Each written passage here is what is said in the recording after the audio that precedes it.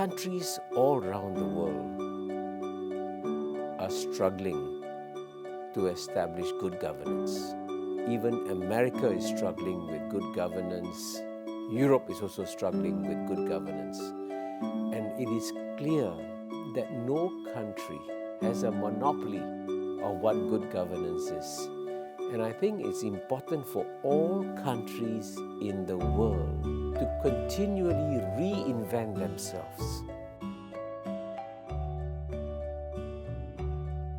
In my next book called Has China Won?, I explain how the West completely misunderstands the Chinese political system.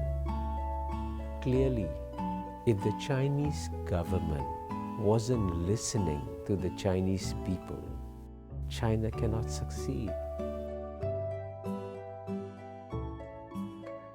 When future historians look at this remarkable initiative by China, they'll be very puzzled, because when other countries and other regions succeeded in their infrastructure development, they kept it within their borders and never shared it outside.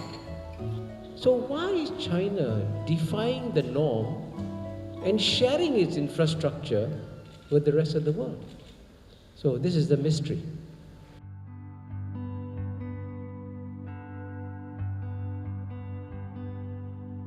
The history of globalization shows very clearly that the most successful countries in the world are those that open up their borders and integrate with the rest of the world. And this has been the story of China. Then you've had the fastest growing economy in the world. I was present in Davos when President Xi Jinping spoke there. And he gave his very famous speech, as you know, saying that the world should move towards more globalization. If China can take the lead in encouraging countries to continue to remain open to global trading, then clearly China will become a big beneficiary.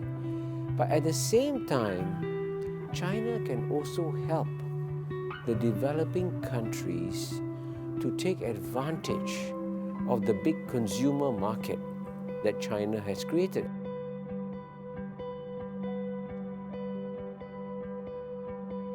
Well, I think it's very good that the Chinese government is proactively trying to see how its political system needs to adjust and adapt to the new political and economic realities of China, because it is very easy when you've been successful for so long to sit back and say, oh, I've done very well, I don't need to change. So it is very wise for China to decide at the next plenum to think very hard about what needs to be changed.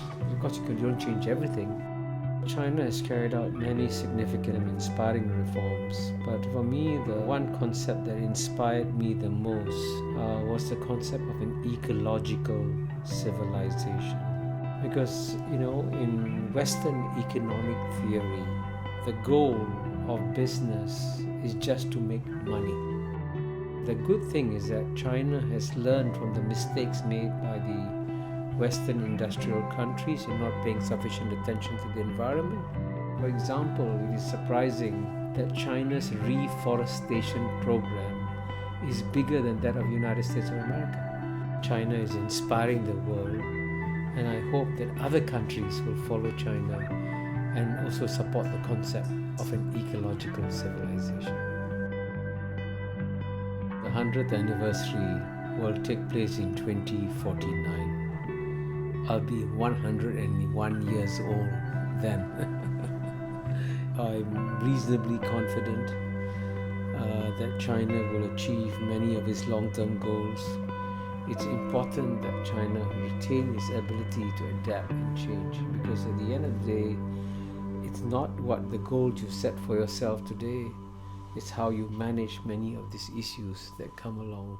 Of course, bearing in mind your long-term destination.